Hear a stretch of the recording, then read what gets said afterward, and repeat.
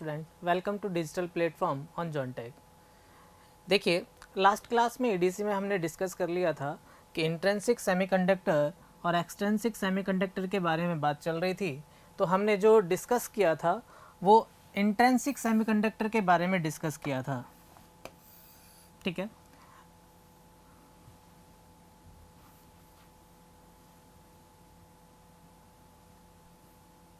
देखिए, last class में अपने पास जो डिस्कशन था इसको लेके था कि जो थर्मल एक्साइटेशन होता है, थर्मल एक्साइटेशन के कारण क्या हो रहा था, अपने पास इलेक्ट्रॉन वैलेंस बैंड से कंडक्शन बैंड में जा रहे थे। यानी कि ये जो होता है अपने पास रूम टेम्परेचर पर होता है। रूम टेम्परेचर पर हमारे पास इतने इलेक्ट्रॉन अवेलेबल होते हैं, यानी कुछ ही इलेक्ट्रॉन अवेलेबल होते हैं जो अपने पास क्या करते हैं, वैलेंस बैंड से माइग्रेट कर जाते हैं कंडक्शन बैंड में, और अपने पास क्या हो जाता है, कंडक्शन स्टार्ट हो जाता है। तो ये चीज़ हमारे पास क्लियर हो गई थी। लेकिन प्रॉब्लम ये थी इंट्रिंसिक सेमीकंडक्टर में कि हमारे पास जितने भी इलेक्ट्रॉन अवेलेबल होते हैं वो ड्यू टू थर्मल एनर्जी के कारण होते हैं और वो रूम टेम्परेचर अवेलेबल होते हैं। यानी कि अपने पास जो कंडक्टिविटी की हमने बात की थी, कंडक्टिविटी अपने पास जितने भी चार्ज कैरियर्स अवेलेबल्स होते हैं, अगर अपने पास चार्ज कैरियर्स जो होंगे अधिक अवेलेबल होंगे, ज़्यादा होंगे, तो अपने पास क्या होगा, कंडक्शन भी ज़्यादा होगा। लेकिन यहाँ प्रॉब्लम ये थी कि चार्ज कैरियर्स हमारे पास बहुत कम थे, तो इसलिए हमने क्या बनाए, एक्सट्रिंसिक सेमीकंडक्टर। क्या बनाए, एक्सट्रिंसिक सेमीकंडक्टर।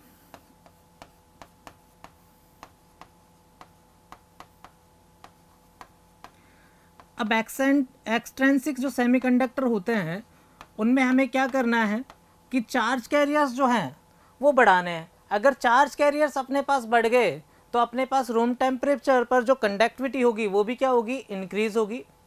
तो ये चीज़ अपने पास देखने वाली है कि एक्सट्रिंसिक सेमीकंडक्टर में ऐसा हुआ क्या होगा जिसके कारण चार्ज कैरियर्स बढ़े होंगे, ठीक है।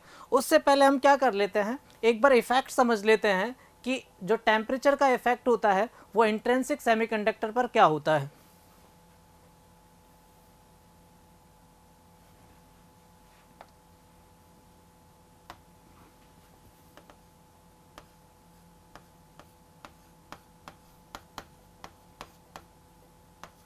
Effect of temperature on intrinsic semiconductor.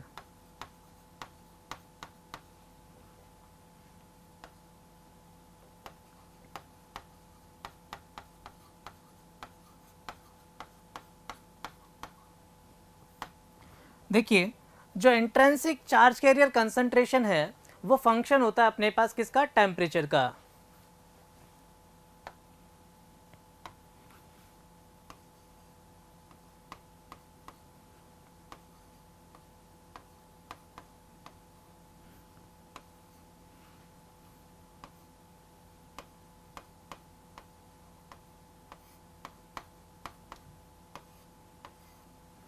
ठीक है, तो यहाँ पर जो अपने पास ए नॉट होता है ये मटेरियल कांस्टेंट होता है,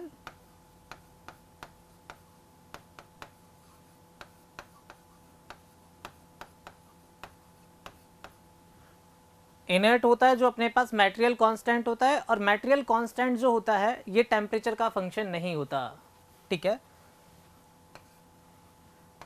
does not depend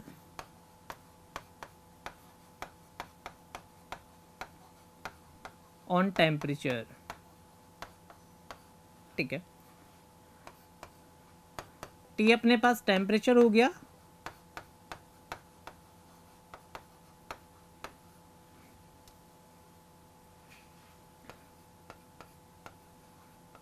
AG not अपने पास 0 केल्विन पर एनर्जी बैंड। आपको मैंने बताया था ई नॉट की जो वैल्यू होती है सिलिकॉन की, ई जी नॉट की वैल्यू जो होती है, फॉरबिडन एनर्जी गैप जब आपको समझाया था, सिलिकॉन के लिए अपने पास 0 केल्विन पर होती है 1.21 इलेक्ट्रॉन वोल्ट, और जो अपने पास जर्मेनियम होता है उसके लिए जो वैल्यू होती है वो होती है 0.778। ठीक है, एनर्जी बैंड गैप। ठीक है, ये होगा हमारे पास Boltzmann constant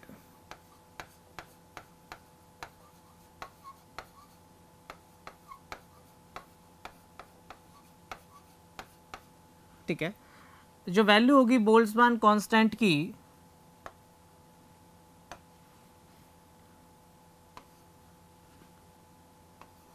8.62 into 10⁻⁻5 electron volt पर डिग्री केल्विन। ठीक है, अब देखिएगा कि लास्ट टाइम जो हमने डिस्कस किया था तो वहाँ मैंने आपको एक चीज़ समझाई थी कि जो इलेक्ट्रॉन वोल्ट है उसका रिलेशन अपने पास किसके साथ होता है, जूल के साथ होता है। As you know that 1 electron volt equals to 1.6 into 10⁻⁻19 joule. अब देखिए अगर बोल्ट्जमान कांस्टेंट है, इसमें इलेक्ट्रॉन वोल्ट को अगर हम चेंज करें जूल में तो क्या आता है, 8.62 इंटू 10⁻⁻5 वैल्यू पुट कीजिए अपने पास, एक इलेक्ट्रॉन वोल्ट की वैल्यू पुट कीजिएगा 1.6 इंटू 10⁻⁻19। ठीक है, जूल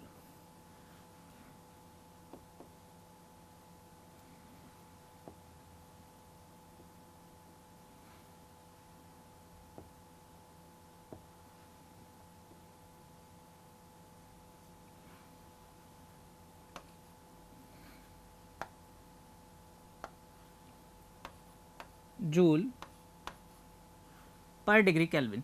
तो ये वैल्यू जो आ जाएगी अपने पास कैलकुलेट करने पर 1.38 इंटू 10⁻⁻23 जूल पर केल्विन। ठीक है, तो देखिए बोल्ट्जमान कांस्टेंट जो है इसकी जो वैल्यू है वो अपने पास यदि इलेक्ट्रॉन वोल्ट पर केल्विन में पूछी जाए तो वो हो जाएगी 8.62 इंटू 10⁻⁻5 इलेक्ट्रॉन वोल्ट पर डिग्री केल्विन, और यदि अपने पास जूल पर केल्विन में पूछी जाए तो वैल्यू हो जाएगी 1.38 इंटू 10⁻⁻23 जूल पर केल्विन। ठीक है, अब देखिएगा कि जिस तरीके से जैसे जैसे टेम्परेचर बढ़ाया जाता है, जैसे जैसे टेम्परेचर बढ़ाया जाता है तो क्रिस्टल स्ट्रक्चर में क्या चेंजेस होते हैं, कि लास्ट टाइम जब आपको क्रिस्टल स्ट्रक्चर बताई थी तो अपने पास क्या होगा कि नंबर ऑफ कोवलेंट बॉन्ड्स है वो ब्रोकन होने लगते हैं। तो देखिएगा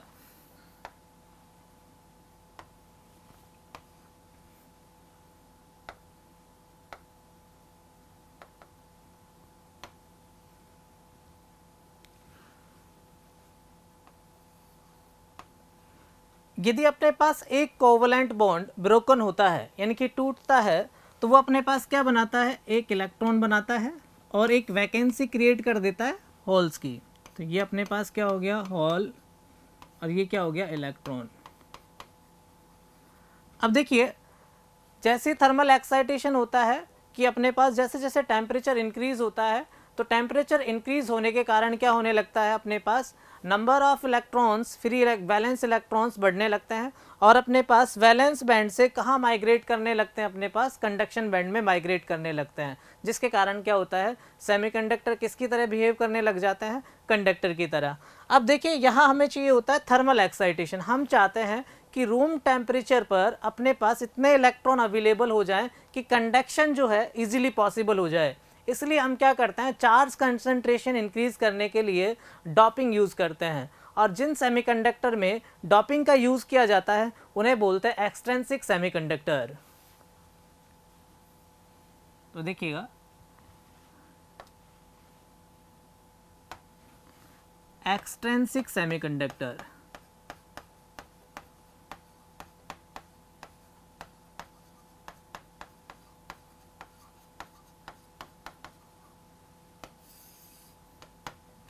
एक्सट्रिंसिक सेमीकंडक्टर अपने पास क्या होंगे कि इम्प्योरिटीज़ जो होंगी अपने पास वो इंट्रोड्यूस की जाती हैं क्रिस्टल स्ट्रक्चर में, जिसके कारण क्या होता है, चार्ज कैरियर्स अवेलेबल हो जाते हैं। इतने चार्ज कैरियर्स अवेलेबल हो जाते हैं रूम टेम्परेचर पर, कंडक्शन क्या हो जाता है, इजीली हो जाता है। अब देखिए एक्सट्रिंसिक सेमीकंडक्टर जो होते हैं अपने पास, ये अपने पास 2 टाइप के होते हैं। एक्सट्रिंसिक सेमीकंडक्टर क्या होता है, 2 टाइप्स के होते हैं। कौन कौन से?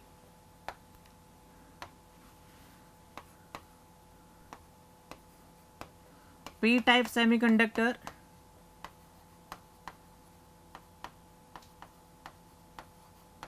P type semiconductor, second N type semiconductor.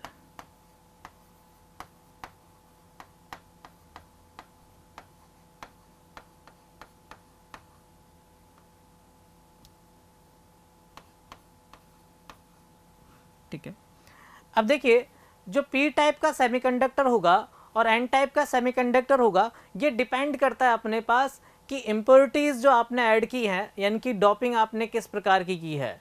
ठीक है, तो देखिएगा हम फर्स्ट पहले डिस्कस करना चाह रहे हैं कि पी टाइप के सेमीकंडक्टर जो होंगे वो कौन से होंगे।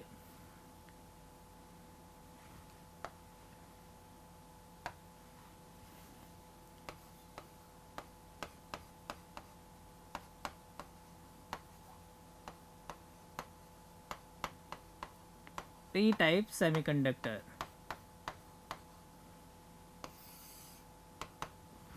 देखिए पी टाइप के जो सेमीकंडक्टर हैं, इसमें जो अपने पास इम्प्योरिटीज़ ऐड की जाती है वो ट्राइवेलेंट इम्प्योरिटीज़ ऐड की जाती है।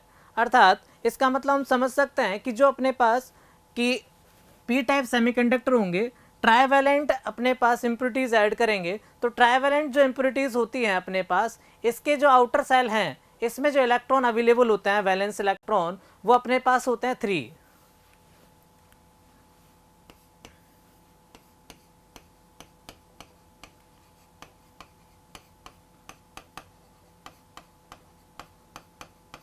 Trivalent impurities are added into crystal structure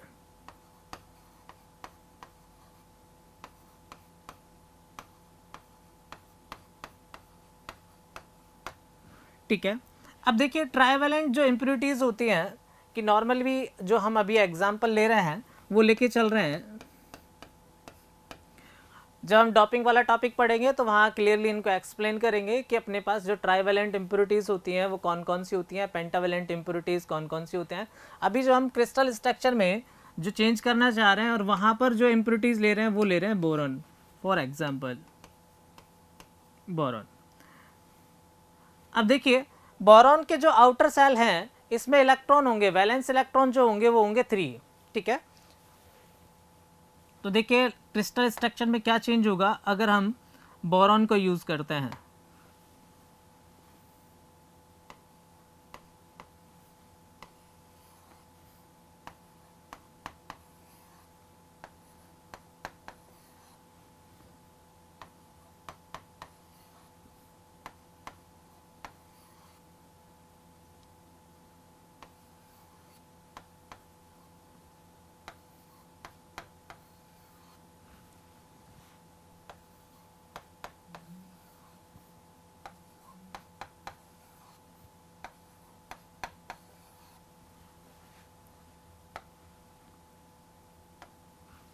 अब देखिएगा सिलिकॉन के जो आउटर सेल में इलेक्ट्रॉन होते हैं, वैलेंस इलेक्ट्रॉन वो 4 होते हैं।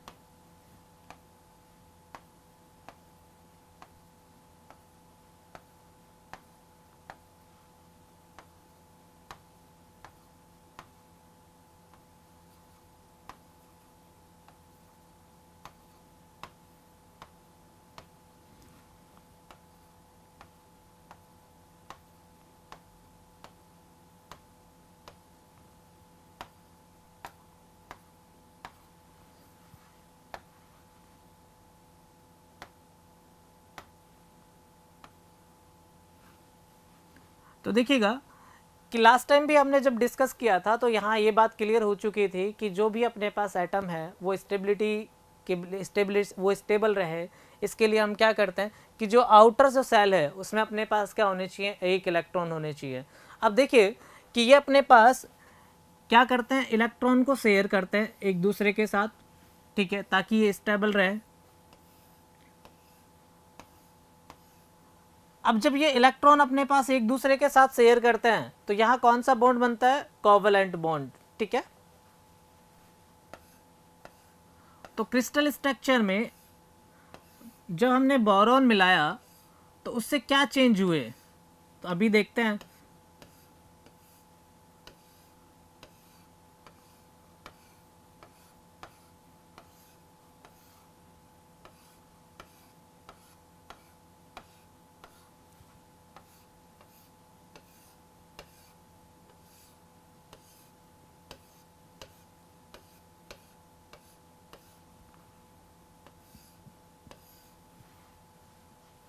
तो देखिएगा यहाँ अपने पास क्या होता है कि बोरॉन जो है, बोरॉन में अपने पास क्या थे कि 3 वैलेंस इलेक्ट्रॉन थे। 3 वैलेंस इलेक्ट्रॉन ने क्या किया? कोवैलेंट बॉन्ड बनाया।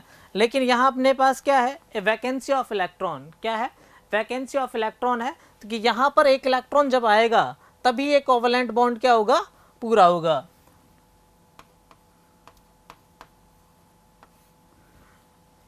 तो देखिए, और ये वाला जो अपने पास हो गया, ये क्या है? अपने पास कोवैलेंट बॉन्ड है।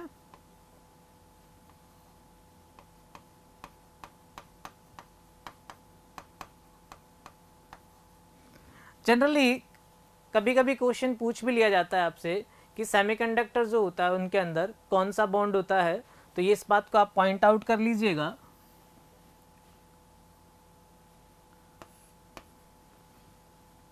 सेमीकंडक्टर में कोवैलेंट बॉन्ड होता है।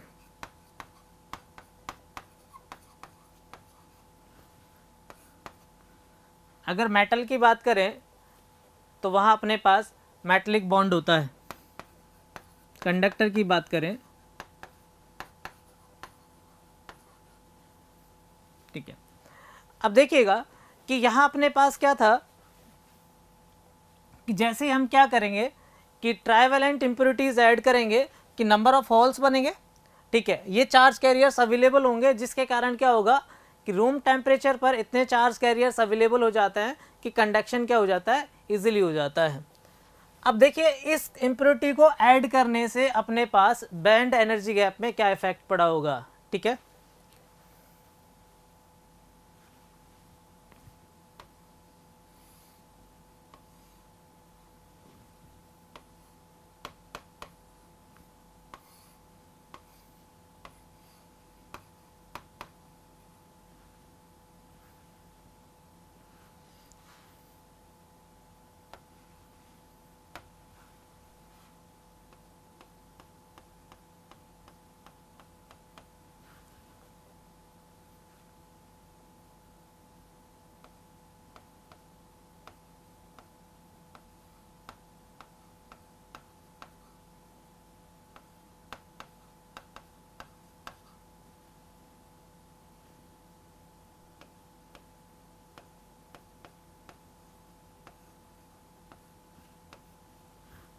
देखिए कि जो अपने पास क्रिस्टल स्ट्रक्चर है, जिसके कारण क्या हुआ कि जैसे ट्राइवेलेंट इम्प्योरिटीज हम ऐड करेंगे तो वहाँ अगर ये जर्मेनियम है तो अपने पास ये एक्सेप्टर होता है, क्योंकि ये इलेक्ट्रॉन एक्सेप्ट कर सकता है, वैकेंसी ऑफ इलेक्ट्रॉन है। ठीक है, तो वैलेंस बैंड क्या होता है अपने पास? ये जो एक्सेप्टर आयन है, तो वैलेंस बैंड अपने पास क्या है? थोड़ा सा एक्सेप्टर एनर्जी लेवल प्रोवाइड कराता है। तो सिलिकॉन जो होता है अपने पास, सिलिकॉन के लिए अपने पास ये होता है 0.05 इलेक्ट्रॉन वोल्ट शिफ्ट होता है, और जबकि अपने पास जर्मेनियम की बात करें तो वहाँ ये 0.01 इलेक्ट्रॉन वोल्ट शिफ्ट होता है। तो यानी कि जो अपने पास क्रिस्टल स्ट्रक्चर है उसमें अपने पास चेंज होता है। तो यानी कि जब डोपिंग करते हैं, यानी कि ट्राइवेलेंट डोपिंग करते हैं, तो उसके कारण क्या होता है, जो एनर्जी बैंड डायग्राम है तो वहाँ एनर्जी लेवल जो होता है, यानी कि वैलेंस बैंड जो होता है, वहाँ से एक्सेप्टर लेवल जो एनर्जी लेवल है वो इंट्रोड्यूस होता है। सिलिकॉन के लिए जो ये एक्सेप्टर लेवल इंट्रोड्यूस होता है वो अपने पास 0.05 इलेक्ट्रॉन वोल्ट होता है, और जर्मेनियम की बात करें तो वो होता है 0.01 इलेक्ट्रॉन वोल्ट होता है। ठीक है, तो कभी कभी ये क्वेश्चन भी पूछ लिया जाता है कि जब इम्प्योरिटीज ऐड करते हैं तो एनर्जी बैंड डायग्राम जो होता है कि वहाँ अपने पास जो एनर्जी लेवल शिफ्ट होता है वो कहाँ पर शिफ्ट होता है, तो वो शिफ्ट होता है अपने पास वैलेंस बैंड के अबोव।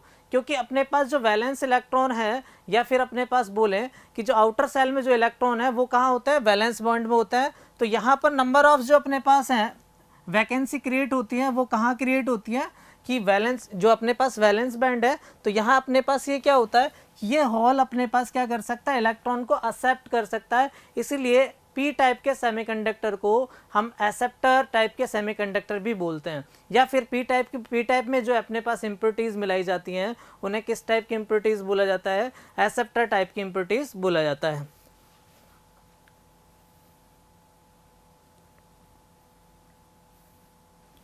नेक्स्ट यदि हम एन टाइप के सेमीकंडक्टर को पढ़ें, एन टाइप के जो सेमीकंडक्टर हैं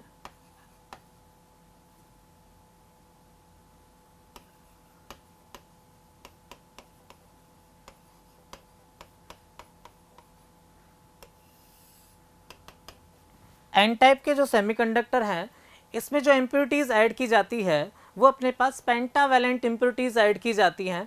इन पेंटावैलेंट इम्प्योरिटीज़ के कारण क्रिस्टल स्ट्रक्चर में चेंज होता है और एनर्जी बैंड डायग्राम जो होता है अपने पास, वहाँ एनर्जी लेवल भी इंट्रोड्यूस होता है। उसको भी देखते हैं और अच्छे से समझते हैं कि क्या होता है। कि यहाँ एग्जाम्पल लेते हैं अपने पास। पहला तो आप ये नोट कर लीजिएगा कि जो एन टाइप सेमीकंडक्टर है उसमें जो इम्प्योरिटीज़ ऐड की जाती है वो पेंटावैलेंट इम्प्योरिटीज़ ऐड की जाती है। पेंटावैलेंट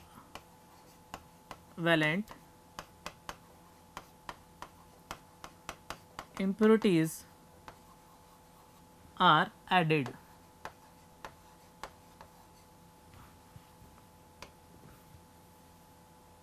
यहाँ हम एग्जाम्पल लेके चल रहे हैं, जो पेंटावैलेंट इम्प्योरिटीज़ है वो हम ले रहे हैं फॉस्फोरस।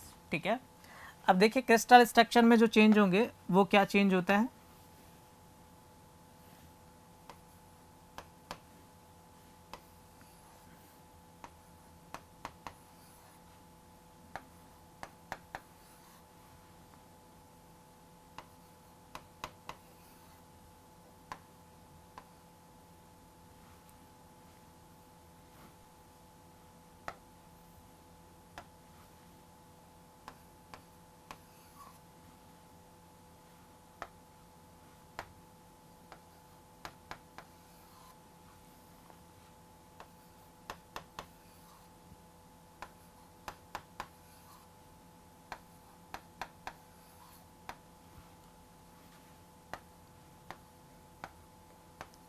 सिलिकॉन के जो आउटर सेल है इसमें जो इलेक्ट्रॉन होते हैं वो 4 होते हैं, 4 वैलेंस इलेक्ट्रॉन। फॉस्फोरस जो है इसमें अपने पास पेंटावैलेंट इम्प्योरिटीज़ है, तो इसके आउटर सेल में जो इलेक्ट्रॉन होंगे वो इलेक्ट्रॉन होंगे 5।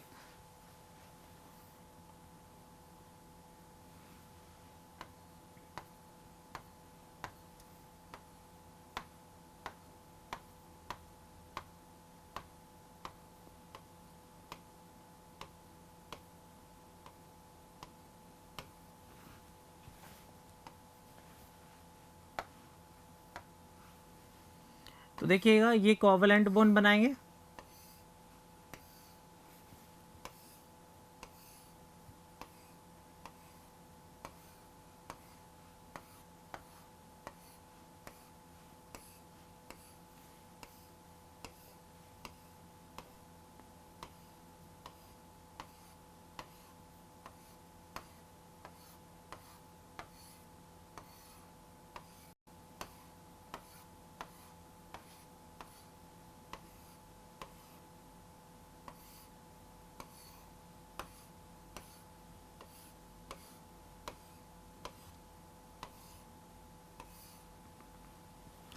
अब देखिएगा कि जितने भी इलेक्ट्रॉन हैं यहाँ पर, जितने सारे इलेक्ट्रॉन जो हैं, ये वाले इलेक्ट्रॉन ये एसोसिएटेड इलेक्ट्रॉन है, एसोसिएटेड।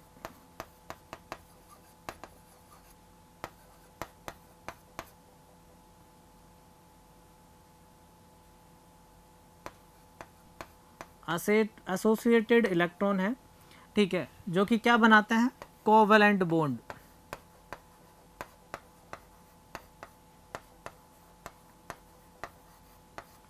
ठीक है, और जो ये वाला इलेक्ट्रॉन है ये अपने पास 5th इलेक्ट्रॉन है, इसे बोल सकते हैं, यानी कि जो आउटर फ्री इलेक्ट्रॉन है, अनएसोसिएटेड इलेक्ट्रॉन भी बोलते हैं इसे।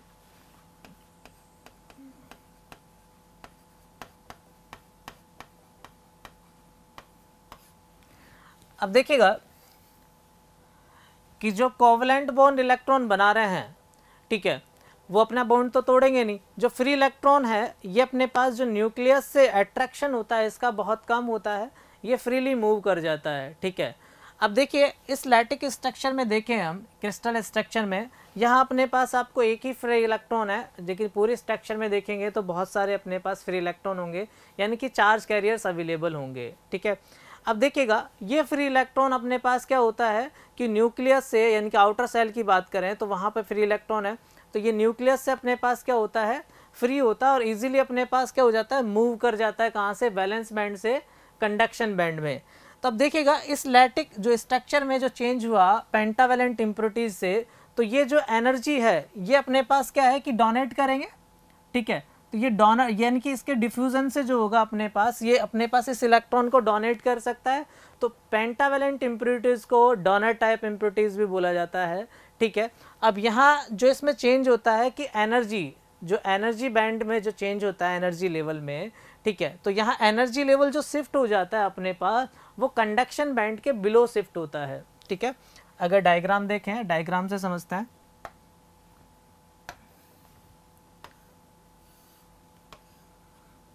ये कंडक्शन बैंड हुआ,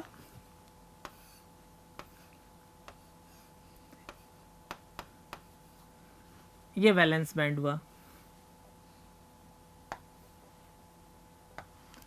तो यहाँ देखिएगा कि जो अपने पास ये डोनर यानी कि डिस्क्रीट एनर्जी लेवल जो देते हैं डोनर, ये शिफ्ट होता है अपने पास, इसे मैंने लिख दिया ईडी से, ठीक है। 0.01 इलेक्ट्रॉन वोल्ट होगा किसके लिए, जर्मेनियम के लिए, और यदि सिलिकॉन की बात करें तो ये होगा 0.05 इलेक्ट्रॉन वोल्ट, किसके लिए, सिलिकॉन के लिए। ये अपने पास फॉरबिडन एनर्जी गैप हो जाएगा ईजी, ठीक है।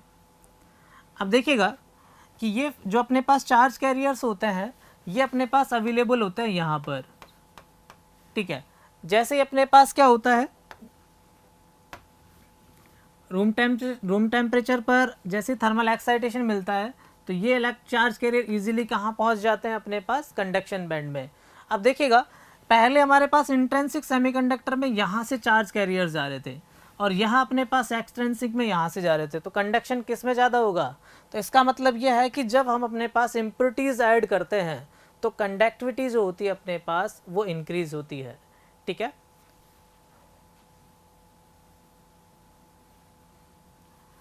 तो ये एक चीज़ क्लियर हो गई अपने पास, ये किस टाइप के जो होंगे अपने पास, जो एन टाइप के सेमीकंडक्टर हैं इसमें जो इम्प्योरिटीज़ ऐड की जाती है वो अपने पास क्या होती है, डोनर टाइप इम्प्योरिटीज़ ऐड की जा सकती है, ऐड की जाती है डोनर टाइप के, और यहाँ जो एनर्जी बैंड गैप है वो शिफ्ट होता है कहाँ पे, कंडक्शन बैंड के बिलो, ठीक है। क्लियर है ये चीज़। नेक्स्ट पॉइंट पर चलते हैं। देखिए डॉपिंग क्या होता है, the process of adding impurities in A crystal. तो देखिएगा क्रिस्टल स्ट्रक्चर में जो इम्प्योरिटीज़ एडेड की जाती हैं उसी प्रोसेस को क्या कहा जाता है, डॉपिंग, ठीक है। अब डॉपिंग जो होती है अपने पास ये अलग अलग टाइप की होती है, कि नॉर्मली हम बात करें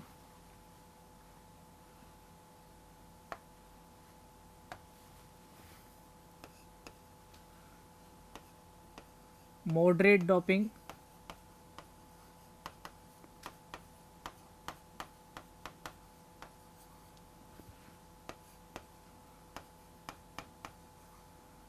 लाइटली डॉपिंग,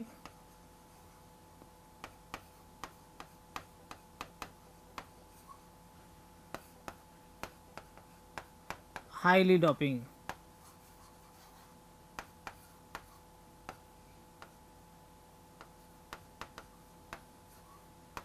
अब देखिएगा मॉडरेट डॉपिंग में क्या होता है, हाईली डॉपिंग में क्या होता है और लाइटली डॉपिंग में क्या होता है।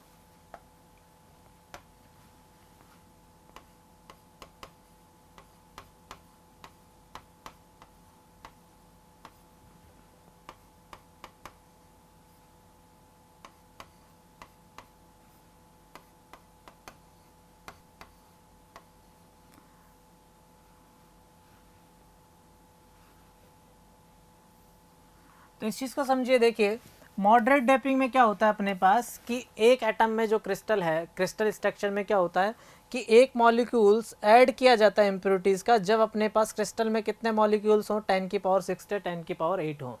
उसी तरीके से अपने पास बात करें कि जो अपने पास लाइटली डोपिंग होता है उसमें 1 मॉलिक्यूल्स ऐड किया जाता है, ठीक है, जब अपने पास मॉलिक्यूल्स कितने हो क्रिस्टल के, 10⁻11 हो। इसी तरीके से अपने पास हाईली डोपिंग में अपने पास क्या होता है कि 1 मॉलिक्यूल्स इम्प्योरिटीज़ होती है और जब अपने पास क्रिस्टल में मॉलिक्यूल्स कितने हो, 10⁻3। अब देखिएगा डोपिंग को किस तरीके से शो किया जाता है। मॉडरेट डोपिंग जो होगी अपने पास उसको शो किया जाता है इस तरीके से P और N। लाइटली डोपिंग जो होगी अपने पास इसे शो किया जाता है P - N-, ठीक है। इसी तरीके से हाईली डोपिंग को शो किया जाता है P + N+, ठीक है। ये तो अपने पास टाइप हुए डोपिंग के। अब बात करते हैं इम्प्योरिटीज़ कि इम्प्योरिटीज़ कौन कौन सी ऐड की जाती हैं। 2 टाइप्स के इम्प्योरिटीज़ ऐड की जाती हैं, पेंटावेलेंट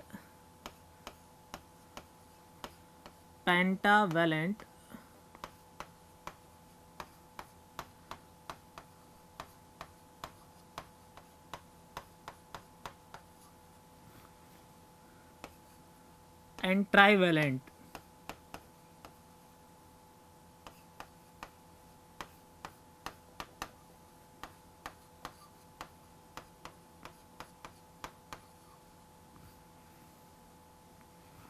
अब देखिए पेंटावेलेंट जो इम्प्योरिटीज़ होती है अपने पास वो होती हैं अपने पास, आप याद रख सकते हो,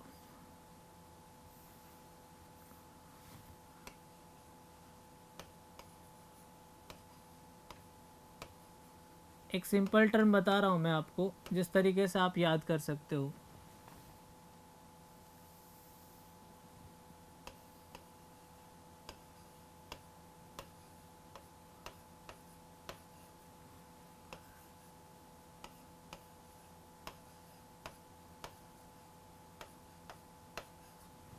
देखिए अगर हम बात करें पेंटावेलेंट इम्प्योरिटीज़ जो नॉर्मली एडेड की जाती हैं वो कौन कौन सी होती हैं।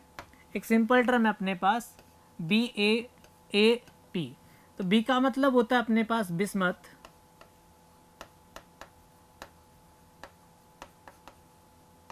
A का मतलब होता है एंटीमनी, इस A का मतलब होता है आर्सेनिक और इस P का मतलब होता है फॉस्फोरस, ठीक है। इसी तरीके से इम्प्योरिटीज़ की बात करें, ट्राईवेलेंट इम्प्योरिटीज़ ये होती है अपने पास बोरॉन, एल्युमिनियम,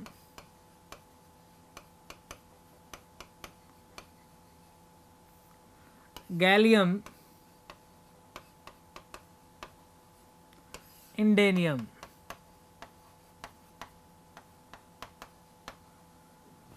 तो देखिएगा पी टाइप के जो सेमीकंडक्टर हमने बनाए थे, पी टाइप के जो सेमीकंडक्टर है वो बनाने के लिए हम यूज करते हैं कौन सी impurities, trivalent, in order to P type semiconductor.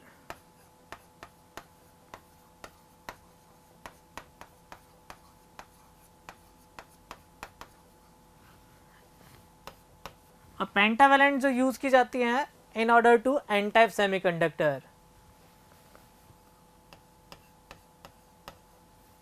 for n type semiconductor।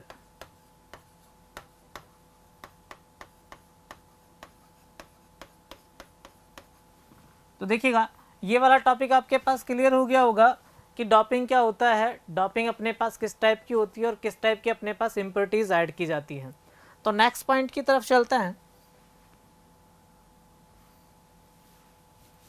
Next जो अपने पास आता है वो होता है मास एक्शन लॉ, ठीक है। देखिए मास एक्शन लॉ क्या होता है अपने पास, ये अपने पास डिफाइन करता है कि यदि अगर अपने पास टेम्परेचर कांस्टेंट हो तो नंबर ऑफ होल्स और नंबर ऑफ इलेक्ट्रॉन्स इन दोनों का जो भी प्रोडक्ट होता है वो इक्वल्स टू होता है अपने पास इंट्रिंसिक जो चार्ज कैरियर कंसंट्रेशन होते हैं उसके स्क्वायर के।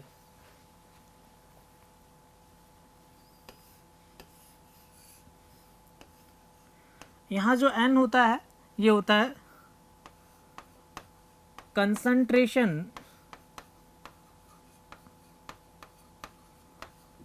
Concentration of electron,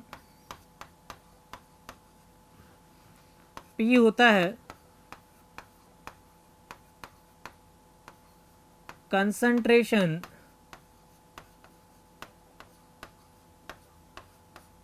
of holes,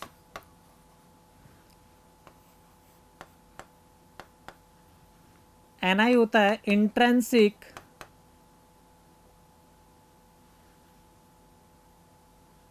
concentration of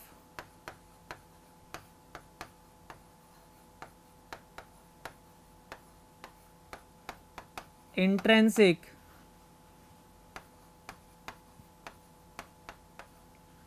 charge carriers।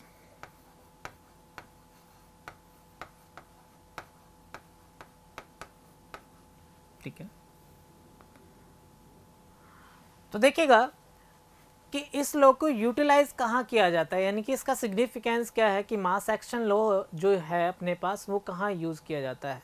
कि देखिएगा जो अपने पास मास एक्शन लॉ है इसका जो यूज़ किया जाता है माइनॉरिटी चार्ज कैरियर की कंसंट्रेशन को फाइंड करने के लिए किया जाता है। To find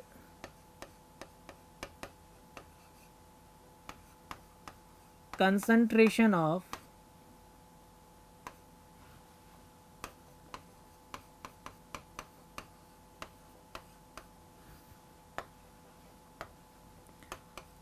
minority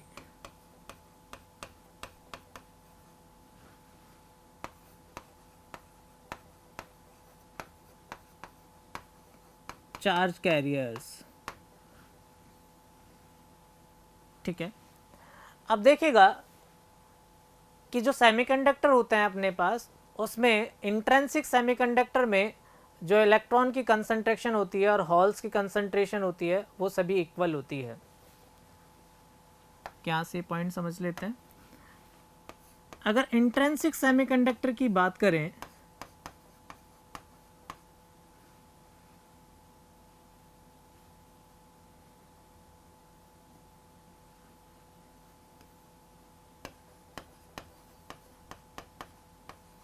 intrinsic semiconductor की बात करें तो यहाँ कंसंट्रेशन जो होती है इलेक्ट्रॉन और होल्स की वो इक्वल्स टू होती है Ni के। तो यदि बात करें अपने पास एन टाइप सेमीकंडक्टर और पी टाइप सेमीकंडक्टर की,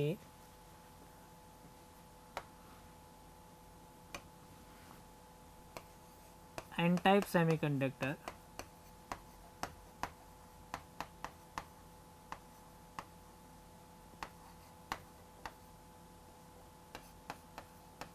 एन टाइप जो सेमीकंडक्टर होंगे इनमें अपने पास इलेक्ट्रॉन की जो कंसंट्रेशन है वो ग्रेटर देन होती है होल्स से।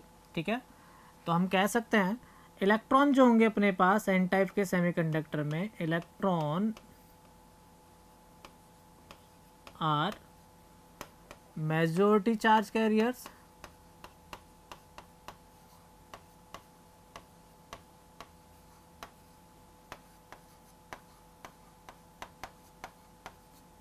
ठीक है, और जो होल होंगे अपने पास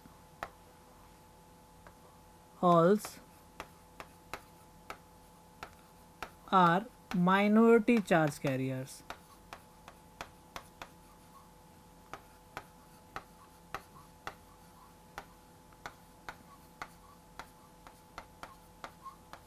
ठीक है,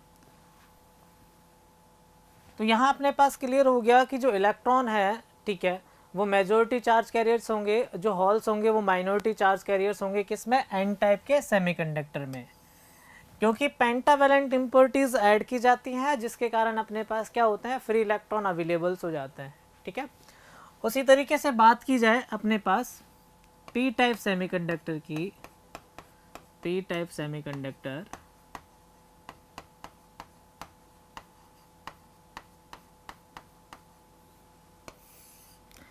पी टाइप सेमीकंडक्टर में अपने पास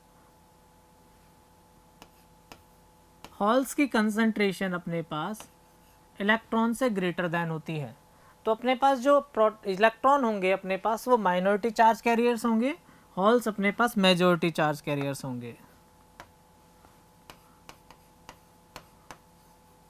halls are majority charge carriers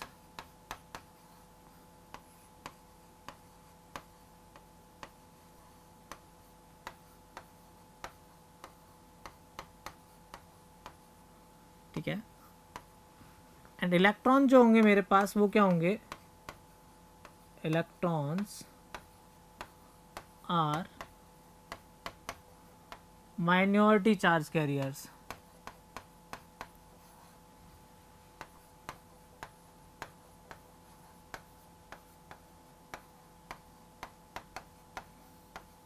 ठीक है।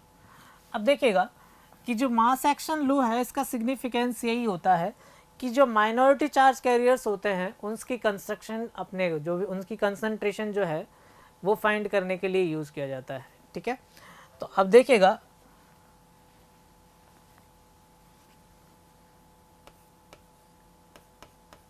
it is used to find minority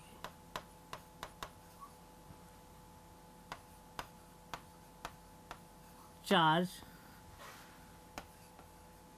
carrier concentration। ठीक है, अब देखिएगा कि जो मेजॉरिटी चार्ज कैरियर्स कंसंट्रेशन है वो डिपेंड करती है डोपिंग के। ठीक है, किस पर डिपेंड करती है, डोपिंग पे।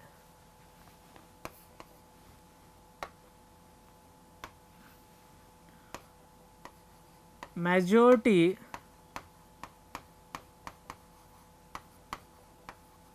चार्ज कैरियर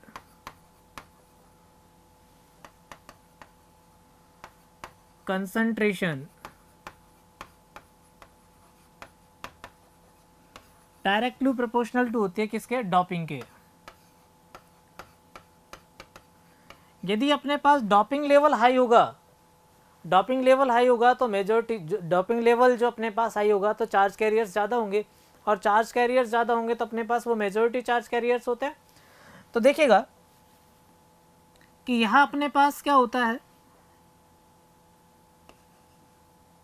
मास एक्शन लॉ के according product of electron and holes concentration equals to होता है स्क्वायर ऑफ इंट्रिंसिक कंसंट्रेशन। तो देखिए यहाँ से यदि मुझे हॉल्स की कंसंट्रेशन फाइंड करनी है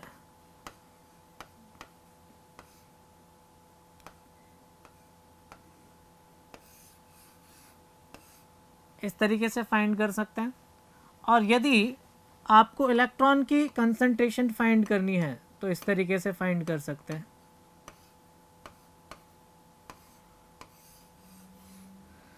अब देखिएगा ये अपने पास माइनॉरिटी चार्ज कैरियर्स, यदि हम माने कि ये मेरे पास माइनॉरिटी चार्ज कैरियर्स है तो ये क्या होगा, मेजॉरिटी चार्ज कैरियर्स। ठीक है, अज्यूम करके चल रहे हैं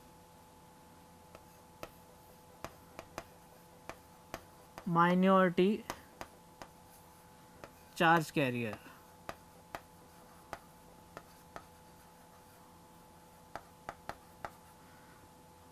majority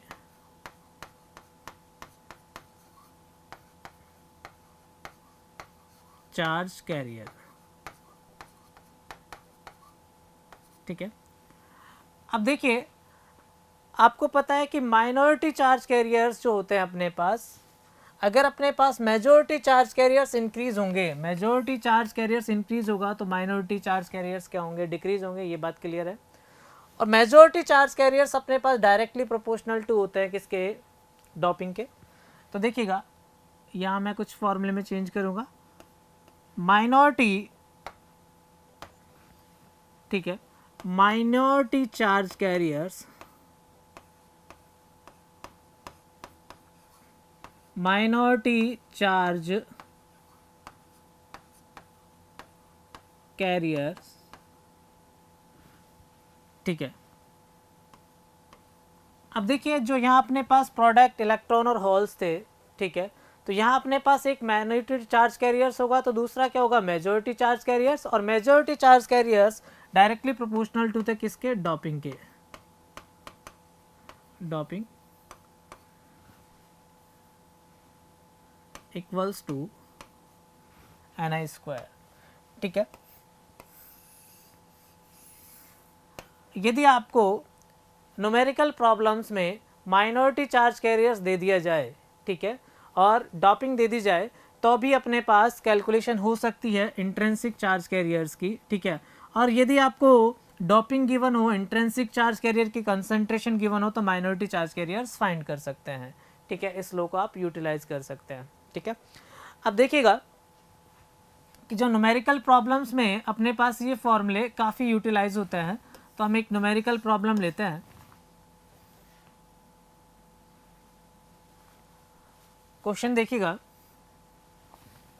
in a P type silicon sample the hole concentration is 2.25 into 10 की power 15 per centimeter cube. The intrinsic carrier concentration is 1.5 into 10 की power 10 per centimeter cube.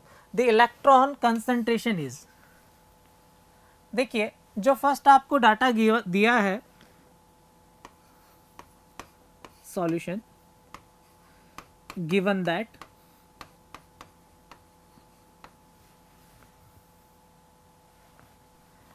Concentration of holes, ठीक है, कंसंट्रेशन ऑफ होल्स, तो यानी कि आपको P given है, value क्या है इसकी 2.25 इंटू 10 की पावर 15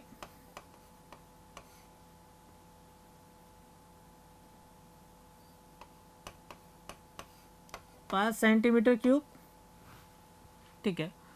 और इंट्रिंसिक जो कंसंट्रेशन गिवन है अपने पास वो है 1.5 इंटू 10 की पावर 10 पर सेंटीमीटर क्यूब। देखिए according to mass action law,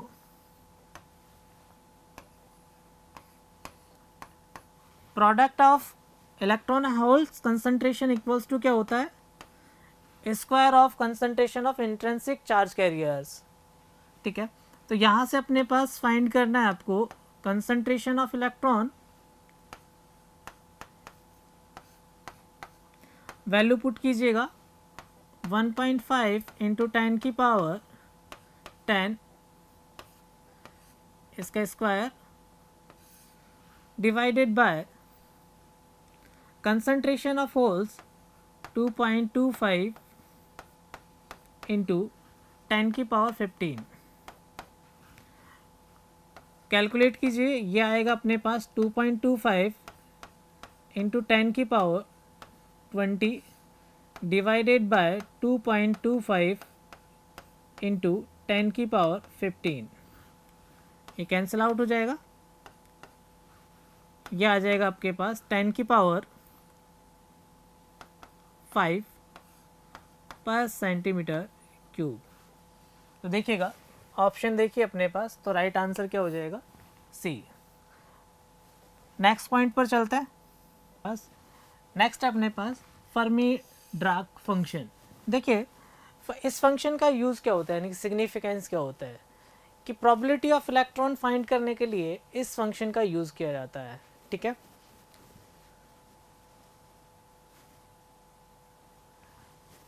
देखिएगा कि जो प्रोबेबिलिटी ऑफ इलेक्ट्रॉन है उसे डिफाइन किया जाता है अपने पास Fe से, ठीक है। इसके लिए यूज़ करना है प्रोबेबिलिटी ऑफ इलेक्ट्रॉन,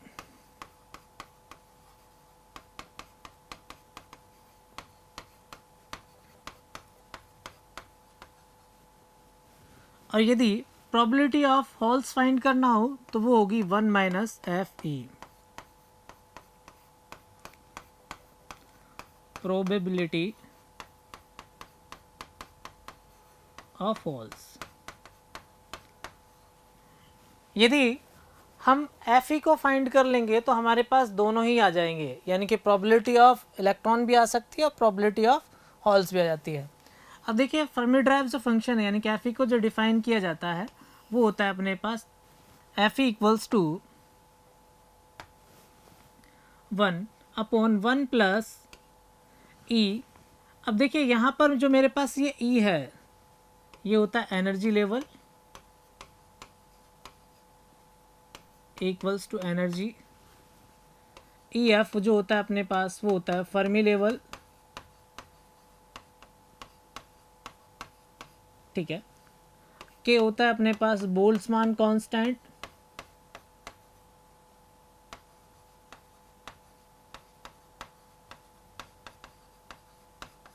जो वैल्यू होती है 1.38 इंटू 10 की पावर माइनस 23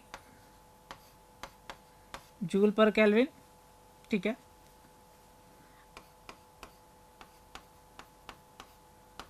Fe जो होगा अपने पास वो होगा प्रोबेबिलिटी ऑफ इलेक्ट्रॉन,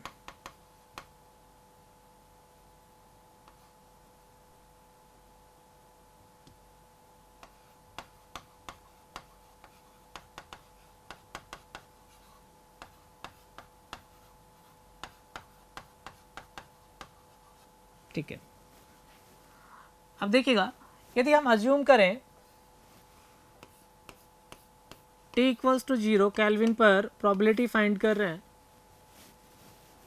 जहाँ E ग्रेटर देन है क्या EF से, एनर्जी लेवल जो लिया है अपने पास फर्मी लेवल से ग्रेटर देन लिया है, तो Fe डिफाइन करेंगे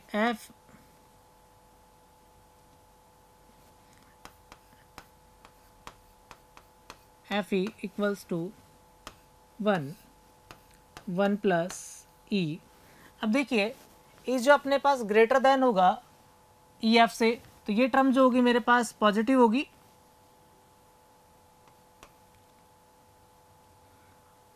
और T की वैल्यू 0 होने के कारण ये वैल्यू जो आएगा अपने पास वो कितना आ जाएगा इनफाइनाइट। तो Fe इक्वल्स टू क्या हो जाएगा अपने पास 0, यानी कि Fe की जो वैल्यू आई अपने पास वो कितनी आ गई है 0। इसका सिग्निफिकेंस ये होगा यदि एनर्जी लेवल अपने पास फर्मी लेवल से ग्रेटर देन है, टेम्परेचर अपने पास 0 है, तो वहाँ जो प्रोबेबिलिटी होगी इलेक्ट्रॉन की वो क्या होगी 0, ठीक है। सेकंड केस फाइंड करते हैं, T इक्वल्स टू अपने पास क्या हो 0 केल्विन, E लेस देन हो क्या फर्मी लेवल से, देन Fe क्या होगा Fe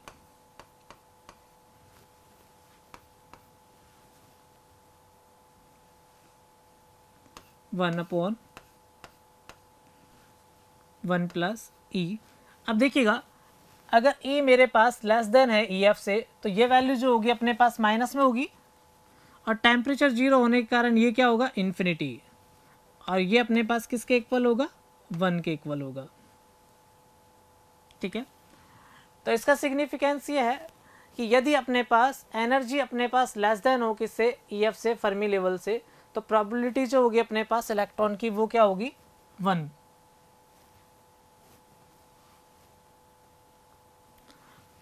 तो यहाँ से ये क्लियर हो जाता है जो Fe की वैल्यू होगी वो अपने पास लाई करती है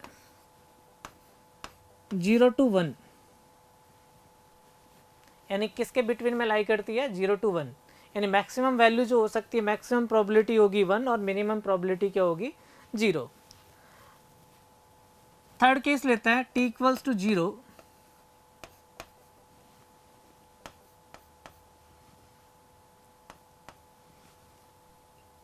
E equals to EF, then ये कैलकुलेट करें तो Fe की जो वैल्यू आएगी अपने पास सिमिलरली उसी मैनर में कैलकुलेट कर लेना, ये आएगा 1/2, मैं यहाँ डायरेक्ट लिख रहा हूँ। तो यानी कि 0 केल्विन जो अपने पास टेम्परेचर हो तो अपने पास जो प्रोबेबिलिटी ऑफ इलेक्ट्रॉन की होगी वो क्या होगी 1.5 होगी, यानी कि बोल सकते हैं 0.5, यानी कि जो फर्मी लेवल होगा वो इंटरमीडिएट होगा, ठीक है। ये चीज़ क्लियर हो गई। अब देखिएगा कि प्रोबेबिलिटी ऑफ इलेक्ट्रॉन का जो कर्व है वो किस तरीके से प्लॉट किया जाता है।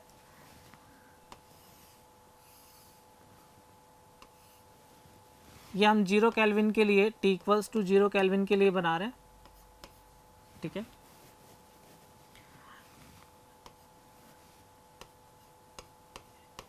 FE देन EF वैल्यू होगी 0 to 1 के बीच में, ठीक है। यहाँ EF लिया है हमने। अगर वैल्यू मेरे पास E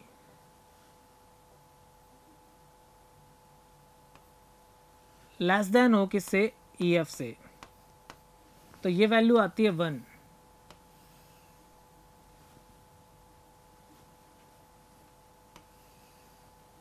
ठीक है।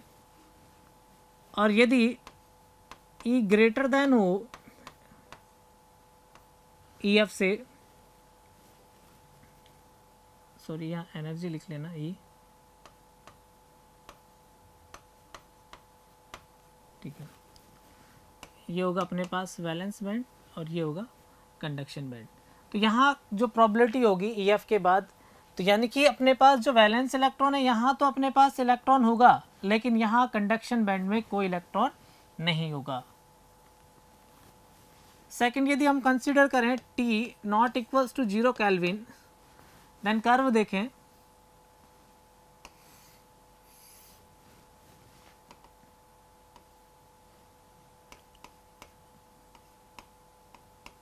FE 0, यहाँ 1,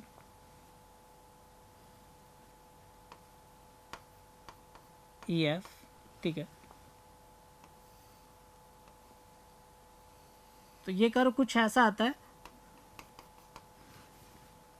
ये वैलेंस बैंड होगा अपने पास और ये कंडक्शन बैंड, ठीक है। यानी कि जब अपने पास टेम्परेचर राइज होता है तो टेम्परेचर राइज होने पर अपने पास क्या होता है कि इलेक्ट्रॉन जो है तो अपने पास फ्री इलेक्ट्रॉन वो अवेलेबल हो जाता है, यानी कि प्रोबेबिलिटी होगी कि इलेक्ट्रॉन अवेलेबल हो जाएगा, जिसके कारण कंडक्शन स्टार्ट हो जाता है, ठीक है।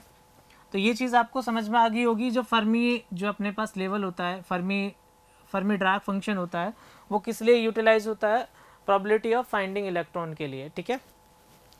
नेक्स्ट देखते हैं। नेक्स्ट टर्म आती है अपने पास फर्मी लेवल, ठीक है। कि देखिए फर्मी लेवल क्या होता है, it is a reference level which is always filled and empty state. देखिए फर्मी लेवल का जो सिग्निफिकेंस क्या है, ये अपने पास सेपरेट करता है फिल स्टेट को और एम्प्टी स्टेट को। तो देखिएगा कि जो अपने पास फर्मी लेवल था, कि अभी अपने पास जो डायग्राम देखा था आपने, तो यहाँ अपने पास क्या था, ये फिल स्टेट थी और ये वाला एम्प्टी स्टेट था, ठीक है। यहाँ अपने पास प्रोबेबिलिटी नहीं थी कि इलेक्ट्रॉन फाइंड होगा, लेकिन ये 0 केल्विन पर था। लेकिन जैसे ही हमने टेम्परेचर इंक्रीज किया, ठीक है, वहाँ अपने पास एबिलिटी थी कि फ्री इलेक्ट्रॉन अवेलेबल हो जाएगा। तो यहाँ जो अपने पास एम्प्टी स्टेट होती है और फिल स्टेट जो होती है, उनको अपने पास सेपरेट करने के लिए फर्मी लेवल का यूज़ किया जाता है। अब देखिएगा कि जो पॉसिबिलिटीज़ क्या होती हैं अपने पास, प्रोबेबिलिटी जो पॉसिबिलिटीज़ क्या हो सकती हैं अपने पास जो इलेक्ट्रॉन फाइंड कर सकते हैं अपने पास। तो देखिएगा अगर हम बात करें कंडक्टर की,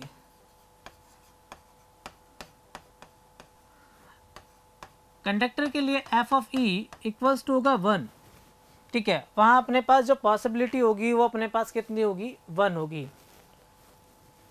और यदि अपने पास बात करें एन टाइप सेमीकंडक्टर की,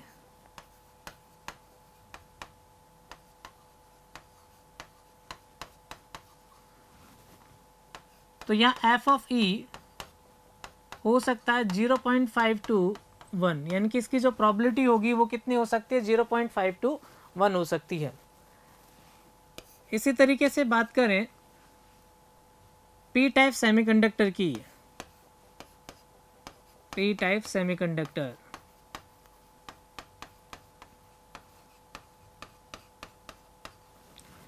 इसके लिए एफ ऑफ ई जो होगा वो हो सकता है 0 to 0.5, ये पॉसिबिलिटी होगी। और यदि बात करें इंसुलेटर की,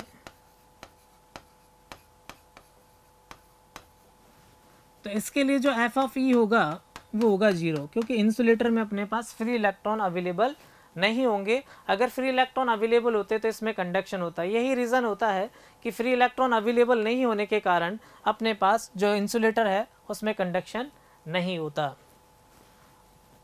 नेक्स्ट चलते हैं। नेक्स्ट जो टर्म आती है अपने पास वो आती है करंट डेंसिटी। ठीक है, देखिए करंट डेंसिटी को जो डिफाइन किया जाता है करंट पर यूनिट एरिया से डिफाइन किया जाता है। ठीक है,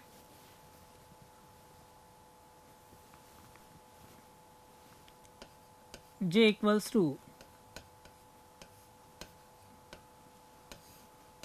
I अपॉन ए। यहाँ J होता है करंट डेंसिटी,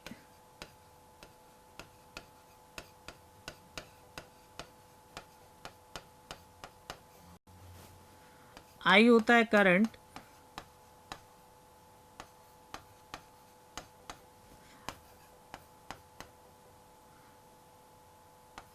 ए क्रॉस सेक्शनल एरिया।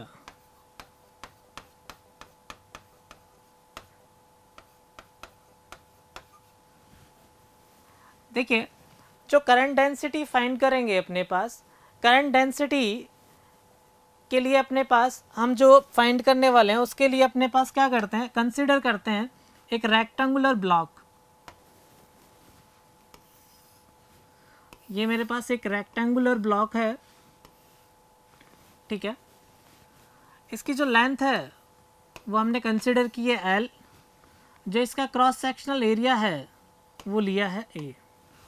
ठीक है, तो यहाँ जो इस पर टोटल चार्ज होगा, ठीक है, Q,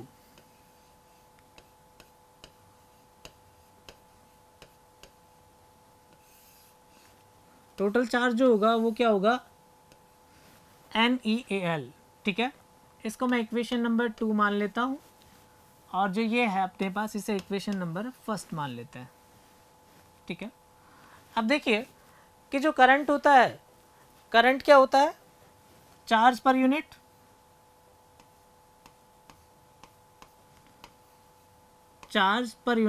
टाइम, इस तरह से करंट को डिफाइन किया जाता है। तो वैल्यू जो होगी अपने पास, क्योंकि यहाँ पर पुट कर दीजिए इक्वेशन नंबर 2 से NeAl/T। ठीक है, अब देखिएगा लेंथ अपॉन टाइम। ठीक है, लेंथ अपॉन टाइम जो होगा अपने पास, इसे हम कंसिडर करते हैं वेलोसिटी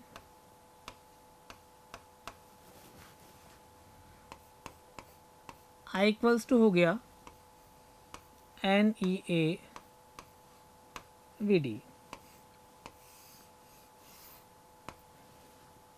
इसे इक्वेशन नंबर 3 ले लिया।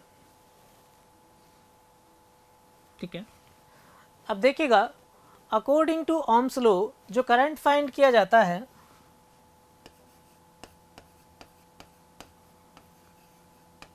According to Ohm's law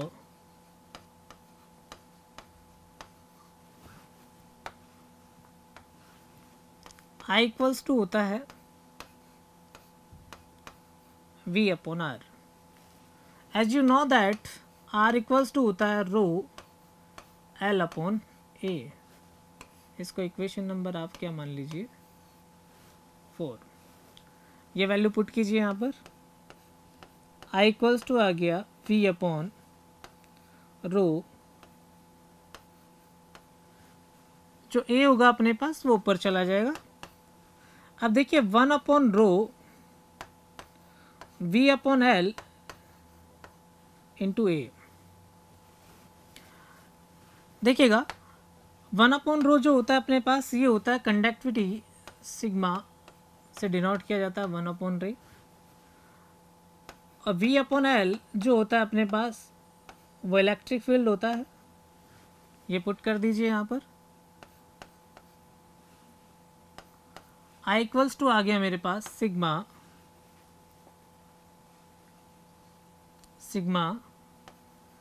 A E। अब देखिए अगर हम कंपेयर करें दोनों इक्वेशन को,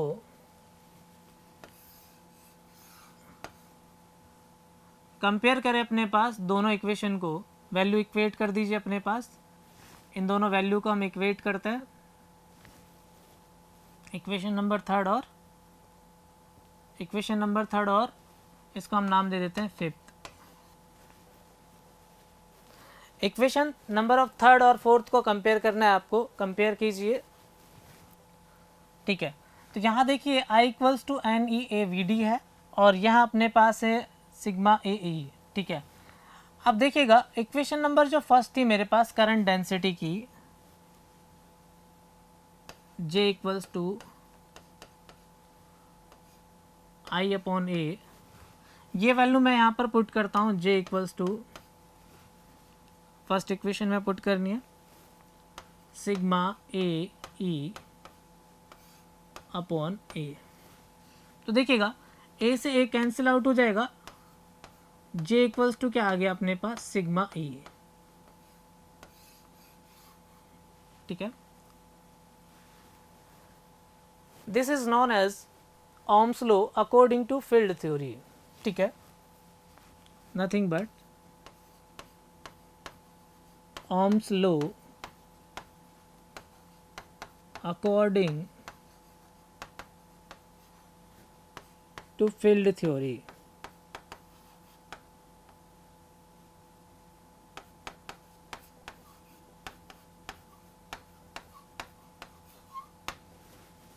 ठीक है, अब देखिएगा जो करंट डेंसिटी है अपने पास, अगर इक्वेशन नंबर थर्ड, इसे इक्वेशन नंबर मान लेते हैं 6, इक्वेशन नंबर थर्ड और 6, ठीक है, दोनों को कंपेयर करें आप, इक्वेशन जो है अपने पास, इक्वेशन नंबर 6 अपने पास आ गया J equals to sigma E, nothing, ये कुछ भी नहीं होता, लेकिन इसे बोल सकते हैं Ohm's law according to field theory. अब देखिएगा कि जो इक्वेशन नंबर थर्ड है और equation number first, equation number जो फर्स्ट थी अपने पास वो है J equals to I upon ए।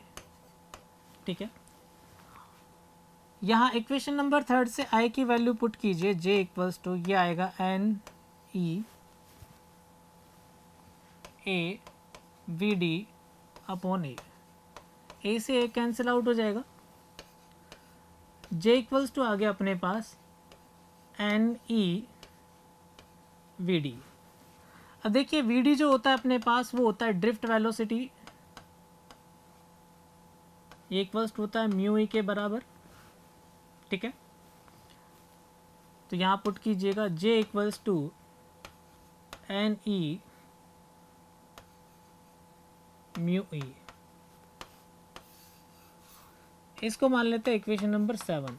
अब आप देखिएगा कंपेयर कीजिएगा इक्वेशन नंबर 7 और 6 को कंपेयर कर देते हैं।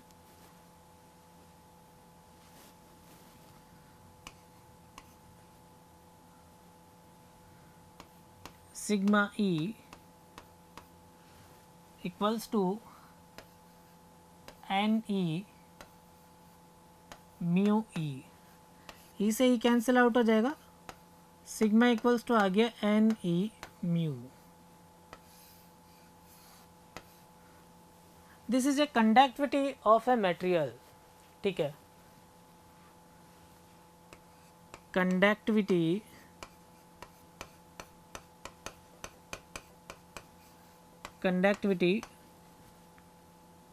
Of material. अब देखिए मटेरियल भी डिफाइन करेंगे तो ये कंडक्टिविटी अपने पास किसके कारण है, कंडक्टर की है। देखिए कंसंट्रेशन ऑफ इलेक्ट्रॉन, अब जो म्यू है यहाँ पर, म्यू अपने पास मोबिलिटी होगा, म्यू इक्वल्स टू होगा मोबिलिटी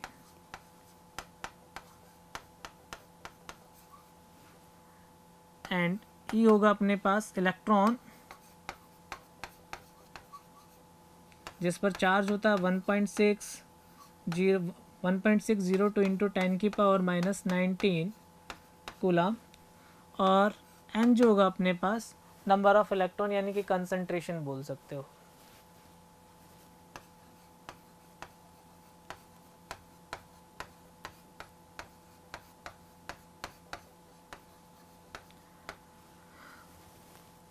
इसको इक्वेशन नंबर आप 8 दे दीजिए। अब देखिएगा कि जो मटेरियल यानी कि कंडक्टर की बात करें, कंडक्टर में जो करंट फ्लो होता है वो अपने पास इलेक्ट्रॉन यानी एक ही चार्ज कैरियर्स के कारण होता है, फ्री इलेक्ट्रॉन्स के कारण, ठीक है। जबकि अगर हम बात करें सेमीकंडक्टर की, तो सेमीकंडक्टर में जो करंट फ्लो होता है वो इलेक्ट्रॉन और होल्स दोनों के कारण होता है, two types of charge carriers. इसलिए जो अपने पास सेमीकंडक्टर होता है वो बाइपोलर होता है और जो कंडक्टर होता है वो यूनिपोलर होता है, ठीक है।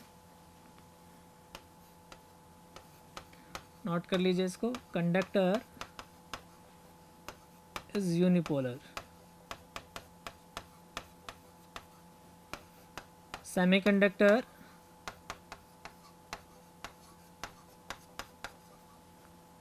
Is bipolar.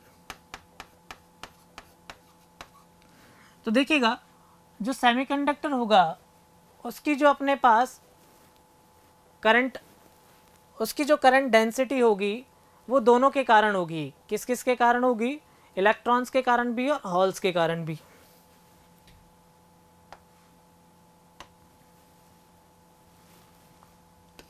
सेमीकंडक्टर की जो करंट डेंसिटी होगी वो किसके किसके कारण होगी? इलेक्ट्रॉन्स के कारण भी होगी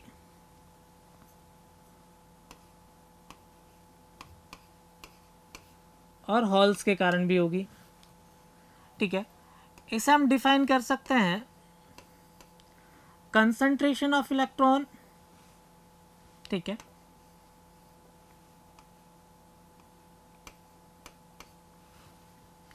और इसी तरीके से होल्स के लिए डिफाइन करें तो ये होगा अपने पास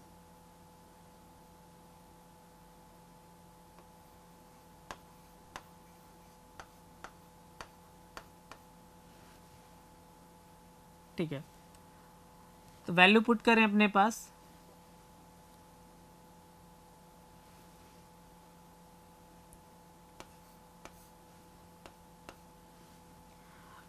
अब देखिए कि जो होल्स है उसके लिए अपने पास जो सिंबल लिया जाता है वो अपने पास जो यूज़ कर रहे हैं अपने पास मोबिलिटी के लिए, होल्स के लिए म्यू पी यूज़ कर रहे हैं कंसंट्रेशन, ठीक है, और इसके लिए म्यू एन यूज़ कर रहे हैं, ठीक है। तो यहाँ जो टोटल करंट डेंसिटी होगी वो हो जाएगी एन ई mu h e plus n ई म्यू पी ई। ये कॉमन आ जाएगा अपने पास, ये हो जाएगा mu N plus mu h. ये इक्वल्स टू होता है सिग्मा ई से ई कैंसिल आउट हो जाएगा, तो सिग्मा इक्वल्स टू क्या आ जाएगा अपने पास? एन ई म्यू एन प्लस ये सॉरी म्यू पे होगा, ये कंडक्टिविटी जो होगी अपने पास सेमीकंडक्टर की होगी। क्लियर? ठीक है। अब देखिएगा ये काफ़ी इम्पोर्टेंट फॉर्मूला है जो आपके पास यूटिलाइज किया जाता है न्यूमेरिकल प्रॉब्लम में, ठीक है। अब देखिएगा इंट्रिंसिक सेमीकंडक्टर की बात करें तो वहाँ कंसंट्रेशन जो होती है इलेक्ट्रॉन और होल्स की, ठीक है, वो इक्वल होती है। लेकिन यदि बात करें अपने पास सेमीकंडक्टर जो अपने पास एक्सट्रिंसिक टाइप के होते हैं, वहाँ जो कंसंट्रेशन होती है वो डिफरेंट होती है। तो वहाँ अपने पास जो होता है म्यू पी यानी कि जो पी इंट्रिंसिक की बात करते हैं तो एन पी यानी कि होल्स और ये दोनों इक्वल होते हैं, ठीक है। लेकिन अपने पास एक्सट्रिंसिक सेमीकंडक्टर की बात करते हैं तो ये अपने पास इक्वल नहीं होते। तो वहाँ अपने पास जो कंसिडर किया जाता है, तो वहाँ अपने पास जो कंसिडर किया जाता है कंसंट्रेशन जो होल्स के लिए लिखते हैं वो पी लिख लेते हैं और जो इलेक्ट्रॉन के लिए लिखते हैं वो अपने पास एन लिख लेते हैं, ठीक है। तो ये जो अपने पास फॉर्मूला है वो इंट्रिंसिक सेमीकंडक्टर के लिए है, ठीक है। नेक्स्ट चलते हैं, न्यूमेरिकल प्रॉब्लम्स देखते हैं अपने पास किस टाइप के अपने पास न्यूमेरिकल पूछे जाते हैं, ठीक है। क्वेश्चन देखिएगा, the mobility of free electron and holes in a pure germanium 0.38 and 0.18 meter square per volt second. Find the value of intrinsic conductivity. Assume n equals to 2.5 into 10 की power 19 metre पर metre cube at room temperature. तो देखिएगा जो conductivity थी अपने पास वो थी n equals to N E mu P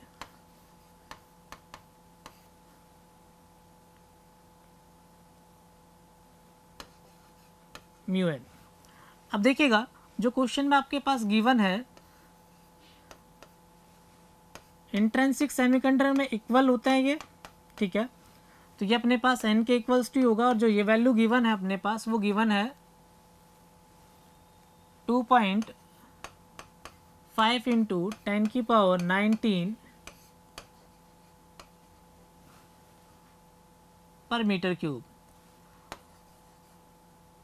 mu P और म्यू ई म्यू एन दोनों की वैल्यू गिवन है अपने पास। म्यू एन जो दे रखा है वो दे रखा है 0.38 मीटर स्क्वायर वोल्ट सेकेंड पर वोल्ट सेकेंड, और म्यू पी जो गिवन है वो है 0.18 मीटर स्क्वायर पर वोल्ट सेकेंड, ठीक है। वैल्यू पुट कीजिएगा, सिग्मा इक्वल्स टू एन की वैल्यू है वो पुट कीजिए 2.5 इंटू 10 की पावर 19। एक इलेक्ट्रॉन पर जो चार्ज होता है वो होता है 1.6 इंटू 10 की पावर -19 कूलम। म्यू पी की वैल्यू जो है वो है 0.18, म्यू वन की वैल्यू है 0.38, ठीक है। तो देखिएगा ये वैल्यू अपने पास पुट करने के बाद 2.5 इंटू 10 की पावर 19 इंटू 1.6 इंटू 10 की पावर -19, इसको ऐड कर लीजिएगा, ये आएगा 0.56। ये कैंसिल आउट हो जाएगा। अगर आप इसे कैलकुलेट करते हैं तो ये वैल्यू आएगी 2.24, और कंडक्टिविटी की जो यूनिट होती है वो होती है ओम इनवर्स मीटर इनवर्स। तो देखिए जो राइट आंसर हो जाएगा अपने पास, ठीक है, राइट आंसर अपने पास हो जाएगा बी, ठीक है। तो ये पॉइंट आपको जितने भी थे वो समझ में आ गए होंगे, ठीक है। तो ये अपने पास आज के जो टॉपिक थे वो कंप्लीट हुए। Okay, thank you.